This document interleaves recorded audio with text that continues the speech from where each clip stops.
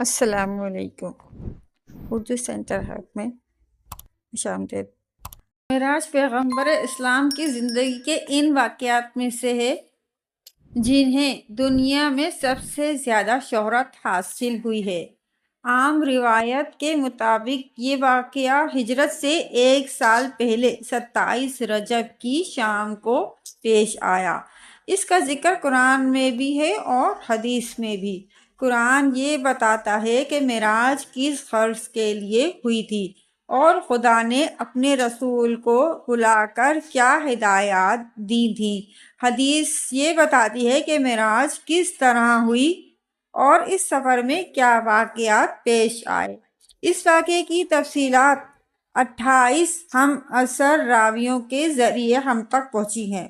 7 راوی وہ ہیں جو خود معراج کے زمانے میں موجود تھے اور 21 وہ جنہوں نے بعد میں نبی صلی اللہ علیہ وآلہ وسلم کی اپنی زبان مبارک سے اس کا قصہ سنا۔ مختلف روایتیں قصے کے مختلف پہلوؤں پر روشنی ڈالتی ہیں اور سب کو ملانے سے ایک ایسا سفر نامہ بن جاتا ہے جس سے زیادہ دلچسپ، معنی خیز اور نظر افروز سفر نامہ انسانی لٹریچر کی پوری تاریخ میں نہیں ملتا۔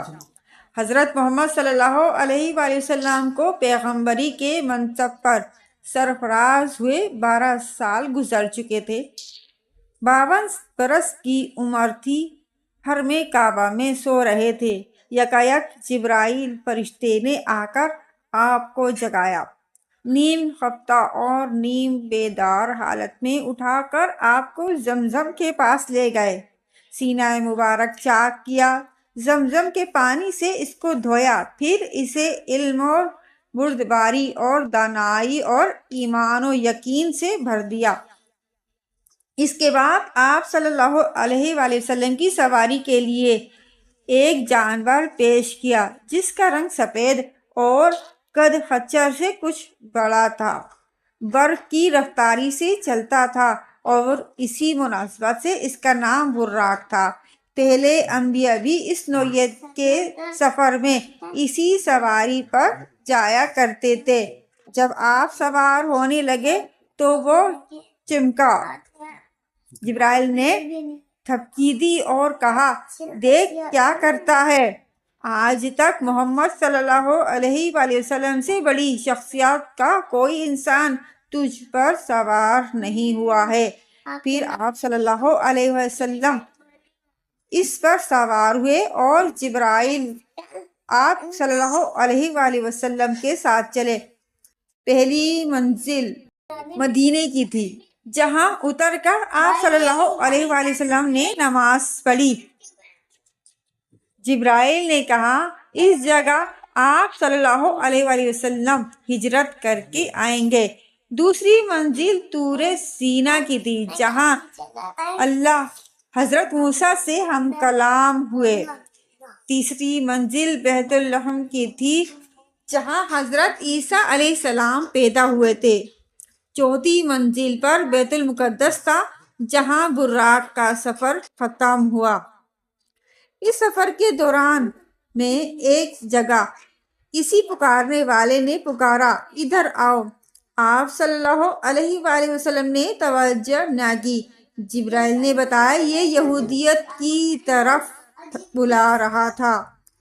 دوسری طرف سے آواز آئی، ادھر آؤ۔ آپ صلی اللہ علیہ وآلہ وسلم اس کی طرف بھی ملتفت نہ ہوئے۔ جبرائیل نے کہا، یہ عیسائیت کا داعی تھا۔ پھر ایک عورت نہایت بنی صبری نظر آئی، اس نے اپنی طرف بلایا، آپ نے اس سے بھی نظر پھیر لی۔ جبرائیل نے کہا، یہ دنیا تھی۔ پھر ایک بوڑھی عورت سامنے آئی۔ جبرائیل نے کہا کہ اس سے دنیا کی عمر کا اندازہ کیا جائے۔ پھر ایک اور شخص ملا جس نے آپ کو اپنی طرف متوجہ کرنا چاہا، مگر آپ اسے بھی چھوڑ کر آگے بڑھ گئے۔ جبرائیل نے کہا، یہ شیطان تھا جو آپ کو راستے سے ہٹانا چاہتا تھا۔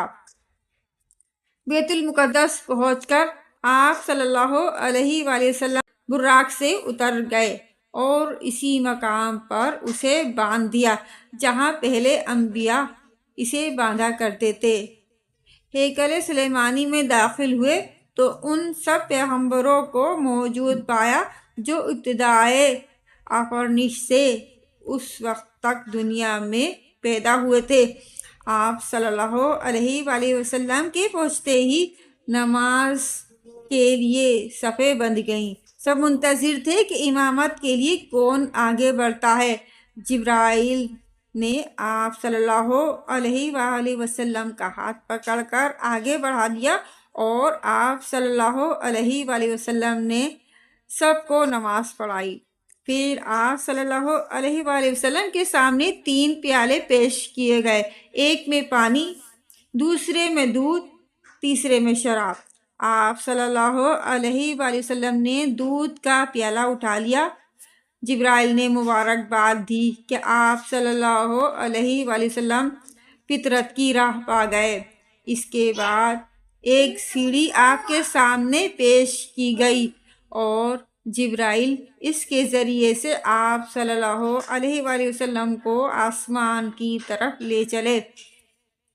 عربی زبان میں سیڑھی کو معراج کہتے ہیں اور اسی مناسبت سے یہ سارا واقعہ معراج کے نام سے مشہور ہے۔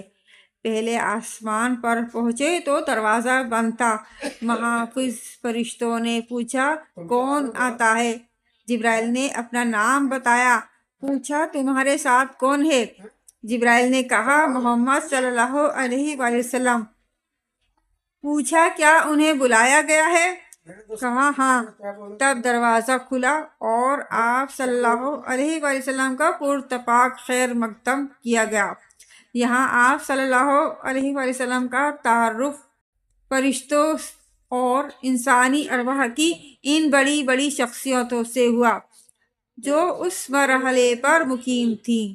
ان میں نمایاں شخصیت ایک ایسے بزرگ کی تھی جو انسانی بناوٹ کا مکمل نمونہ تھی۔ چہرے، مہرے اور جسم کی ساخت میں کسی پہلو سے کوئی نقص نہ تھا۔ جبرائیل نے بتایا آپ کے مورث اعلیٰ۔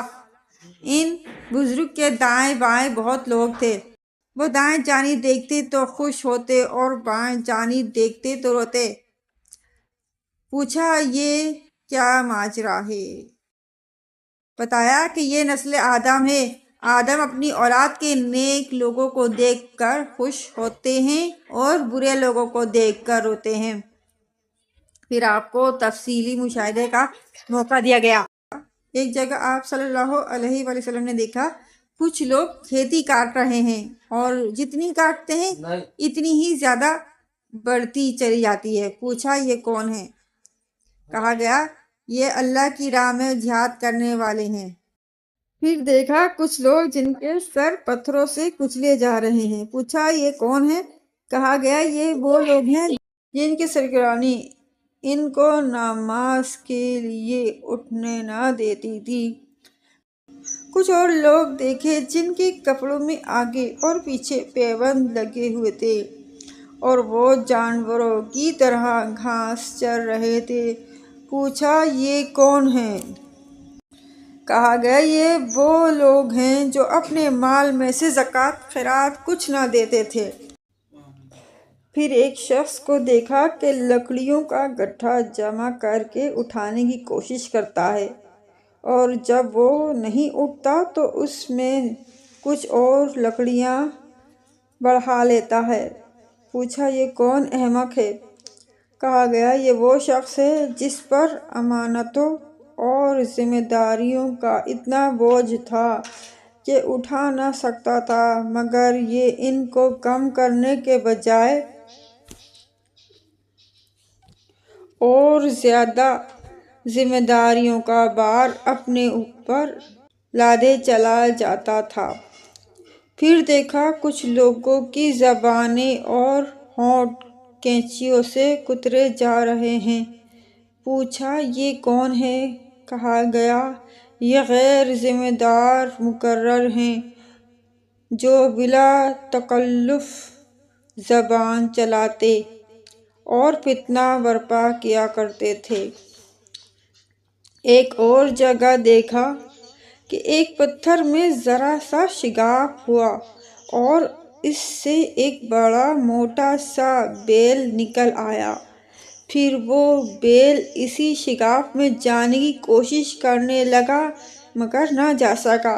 پوچھا یہ کیسا معاملہ ہے؟ کہا گیا یہ اس شخص کی مثال ہے جو غیر ذمہ داری کے ساتھ ایک فتنہ انگیز بات کر جاتا ہے، پھر نادم ہو کر اس کی تلافی کرنا چاہتا ہے مگر نہیں کر سکتا۔ ایک اور مقام پر کچھ لوگ تھے جو اپنا گوشت کاٹ کاٹ کر کھا رہے تھے۔ پوچھا یہ کون ہیں؟ کہا گیا یہ دوسروں پر زبان تان تراش کرتے تھے۔ انہی کے قریب کچھ اور لوگ تھے جن کے ناخن تانبے کے تھے اور وہ اپنے منہ اور سینے نوچ رہے تھے۔ پوچھا یہ کون ہیں؟ کہا گیا یہ وہ لوگ ہیں جو لوگوں کے پیٹھ پیچھے ان کی برائیاں کرتے اور ان کی عزت پر حملہ کیا کرتے تھے۔ کچھ اور لوگ دیکھے جن کے ہونٹ اونٹوں کے مشابہ تھے اور وہ آگ کھا رہے تھے۔ پوچھا یہ کون ہیں؟ کہا گیا یہ یتیموں کا مال ہضم کرتے تھے۔ پھر دیکھا کچھ لوگ ہیں جن کے پیٹ بے انتہا بڑے اور سانپوں سے بھرے ہوئے ہیں۔ آنے جانے والے ان کو رونتے ہوئے گزر جاتے ہیں مگر وہ اپنی جگہ سے ہل نہیں سکتے۔ پوچھا یہ کون ہیں؟ کہا گیا یہ سود خور ہیں۔ پھر کچھ اور لوگ نظر آئے جن کے ایک جانب نفیس گوشت رکھا تھا اور دوسری جانب سڑا ہوا گوشت جس سے سخت بدبو آ رہی تھی۔ وہ اچھا گوشت چھوڑ کر سڑا ہوا گوشت کھا رہے تھے۔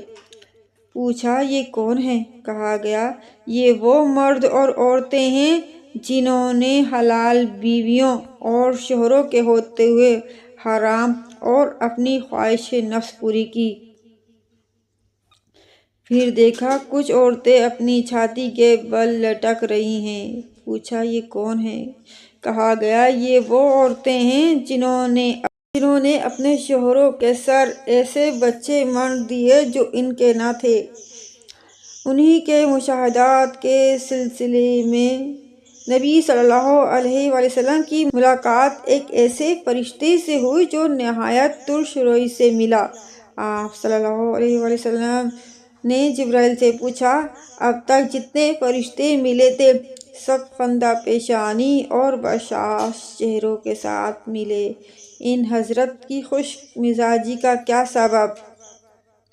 جبرائیل نے کہا اس کے پاس ہنسی کا کیا کام، یہ تو دوزخ کا داروغہ ہے۔ یہ سن کر آپ صلی اللہ علیہ وآلہ وسلم نے دوزخ دیکھنے کی خواہش ظاہر کی۔ اس نے یکایک آپ صلی اللہ علیہ وآلہ وسلم کی نظر کے سامنے سے پردہ ہٹا دیا اور دوزخ اپنی تمام ہولناکیوں کے ساتھ نمودار ہو گئی۔ اس مرحلے سے گزر کر آپ صلی اللہ علیہ وآلہ وسلم دوسرے آسمان پر پہنچے۔ یہاں کے اکابر میں دو نوجوان سب سے ممتاز تھے۔ تعارف پر معلوم ہوا یہ یحییٰ اور عیسیٰ ہیں۔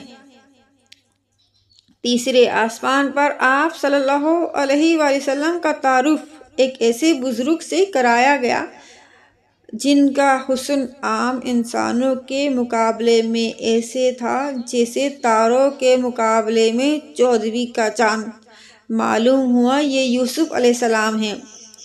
چوتھے آسمان پر حضرت ادریس، پانچویں پر حضرت ہارون، چھٹے پر حضرت موسیٰ آپ صلی اللہ علیہ وآلہ وسلم سے ملے۔ ساتویں آسمان پر پہنچے تو ایک عظیم الشان محل بیت المعمور دیکھا جہاں بے شمار فرشتے آتے اور جاتے تھے۔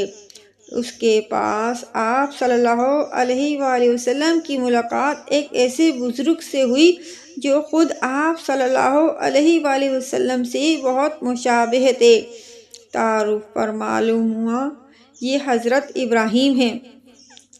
پھر مزید ارتقا شروع ہوا، یہاں تک کہ آپ صلی اللہ علیہ وآلہ وسلم سدرۃ المنتہا پر پہنچ گئے، جو پیشگاہ رب العزت اور عالم خلق کے درمیان حد فاصل کی حیثیت رکھتا ہے۔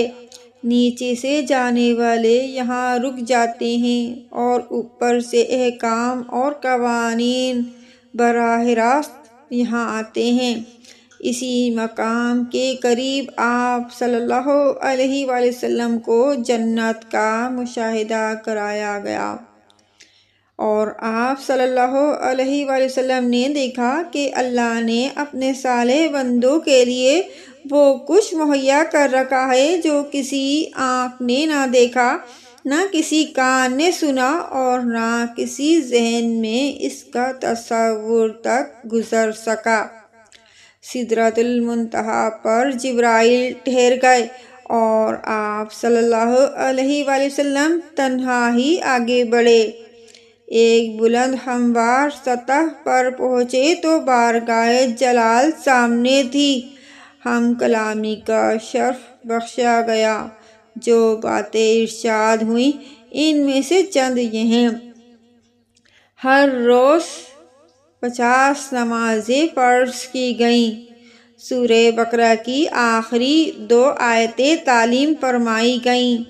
شرک کے سوا دوسرے سب گناہوں کی بخشش کا امکان ظاہر کیا گیا۔ ارشاد ہوا کہ جو شخص نیکی کا ارادہ کرتا ہے اس کے حق میں ایک نیکی لکھ جاتی ہے اور جب وہ اس پر عمل کرتا ہے تو 10 نیکیاں لکھی جاتی ہیں، اور جو برائی کا ارادہ کرتا ہے اس کے خلاف کچھ نہیں لکھا جاتا اور جب وہ اس پر عمل کرتا ہے تو ایک ہی برائی لکھی جاتی ہے۔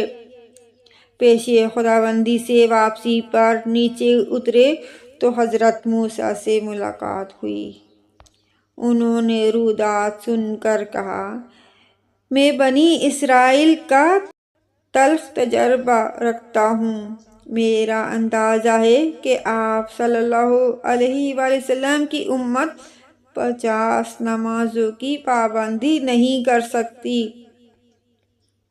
جائیے اور کہیے کمی کروائیے۔ آپ صلی اللہ علیہ وآلہ وسلم گئے اور اللہ جل شانہ نے 10 نمازیں کم کر دیں۔ پلٹے تو حضرت موسیٰ نے پھر وہی بات کی۔ ان کے کہنے پر آپ صلی اللہ علیہ وآلہ وسلم بار بار اوپر جاتے رہے اور ہر بار 10 نمازیں کم کی جاتی رہیں۔ آخر 5 نمازوں کی فرضیت کا حکم ہوا اور فرمایا گیا کہ یہی 50 کے برابر ہیں۔ سبحان اللہ۔ واپسی کے سفر میں آپ صلی اللہ علیہ وآلہ وسلم اسی سیڑھی سے اتر کر بیت المقدس آئے۔ یہاں پھر تمام پیغمبر موجود تھے۔ آپ صلی اللہ علیہ وسلم نے ان کو نمازوں کی فرضیت کا حکم بتایا۔ آپ صلی اللہ علیہ وآلہ وسلم نے ان کو نماز پڑھائی جو غالباً فجر کی نماز تھی۔ پھر براق پر سوار ہوئے اور مکے واپس پہنچ گئے۔ صبح سب سے پہلے آپ صلی اللہ علیہ وآلہ وسلم نے اپنی چچا زاد بہن ام ہانی کو یہ رودات سنائی، پھر باہر نکلنے کا قصد کیا۔ انہوں نے آپ صلی اللہ علیہ وآلہ وسلم کی چادر پکڑ لی اور کہا، خدا کے لیے یہ قصہ لوگوں کو نہ سنائیے گا ورنہ ان کو آپ صلی اللہ علیہ وآلہ وسلم کا مذاق اڑانے کا ایک اور شوشہ ہاتھ آ جائے گا۔ مگر آپ یہ کہتے ہوئے باہر نکل گئے کہ میں ضرور بیان کروں گا۔ حرم کعبہ میں پہنچے تو ابو جہل سے آمنا سامنا ہوا۔ اس نے کہا کوئی تازہ خبر؟ فرمایا ہاں۔ پوچھا کیا؟ فرمایا کہ میں آج کی رات بیت المقدس گیا تھا۔ کہا بیت المقدس؟ راتوں رات ہو آئے ہو اور صبح یہاں موجود ہو؟ فرمایا ہاں۔ کہا قوم کو جمع کروں؟ سب کے سامنے یہی بات کہو گے؟ فرمایا بے شک۔ ابو جہل نے آواز دے دے کر سب کو جمع کر لیا اور کہا لو اب کہو۔ آپ صلی اللہ علیہ وآلہ وسلم نے سب کے سامنے پورا قصہ بیان کر دیا۔ لوگوں نے مذاق اڑانا شروع کر دیا۔ 2 مہینوں کا سفر ایک رات میں ناممکن، محال۔ پہلے تو شک تھا، اب یقین ہو گیا کہ تم دیوانے ہو گئے ہو۔ آنن فانن یہ خبریں تمام مکے میں پھیل گئیں۔ بہت سے مسلمان اس کو سن کر اسلام سے پھر گئے۔ لوگ اس امید پر حضرت ابوبکر کے پاس پہنچے کہ یہ محمد کے 10 راست ہیں، یہ پھر جائیں تو اس تحریک کی جان ہی نکل جائے۔ انہوں نے یہ قصہ سن کر کہا اگر واقعی محمد صلی اللہ علیہ وآلہ وسلم نے یہ واقعہ بیان کیا ہے تو ضرور سچ ہوگا، اس میں تعجب کی کیا بات ہے؟ میں تو روز سنتا ہوں کہ ان کے پاس آسمان سے پیغام آتے ہیں اور اس کی تصدیق کرتا ہوں۔ پھر حضرت ابوبکر حرم کعبہ میں آئے۔ رسول اللہ صلی اللہ علیہ وآلہ وسلم موجود تھے اور ہنسی اڑانے والا مجمع بھی۔ پوچھا کیا واقعی آپ صلی اللہ علیہ وآلہ وسلم نے ایسا فرمایا ہے؟ جواب دیا ہاں۔ کہا بیت المقدس میرا دیکھا ہوا ہے، آپ وہاں کا نقشہ بیان کریں۔ آپ صلی اللہ علیہ وآلہ وسلم نے فوراً نقشہ بیان کرنا شروع کر دیا اور ایک ایک چیز اس طرح بیان کی گویا بیت المقدس سامنے موجود ہے اور یہ دیکھ دیکھ کر اس کی حقیقت بتا رہے ہیں۔ حضرت ابوبکر کی اس تدبیر سے جھٹلانے والوں کو ایک شدید ضرب لگی۔ وہاں بکثرت ایسے آدمی موجود تھے جو تجارت کے سلسلے میں بیت المقدس جاتے رہتے تھے۔ وہ سب قائل ہو گئے کہ نقشہ بالکل صحیح ہے۔ اب لوگ آپ صلی اللہ علیہ وآلہ وسلم کے بیان کی صحت کا مزید ثبوت مانگنے لگے۔ فرمایا جاتے ہوئے میں فلاں مقام پر فلاں قافلے پر سے گزرا جس کے ساتھ یہ سامان تھا۔ قافلے والوں کے اونٹ براق سے بھڑ کے ایک اونٹ فلاں وادی کی طرف بھاگ نکلا۔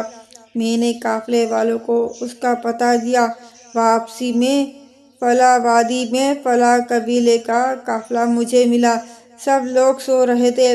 میں نے ان کے برتن سے پانی پیا اور اس بات کی علامت چھوڑ دی کہ اس سے پانی پیا گیا ہے۔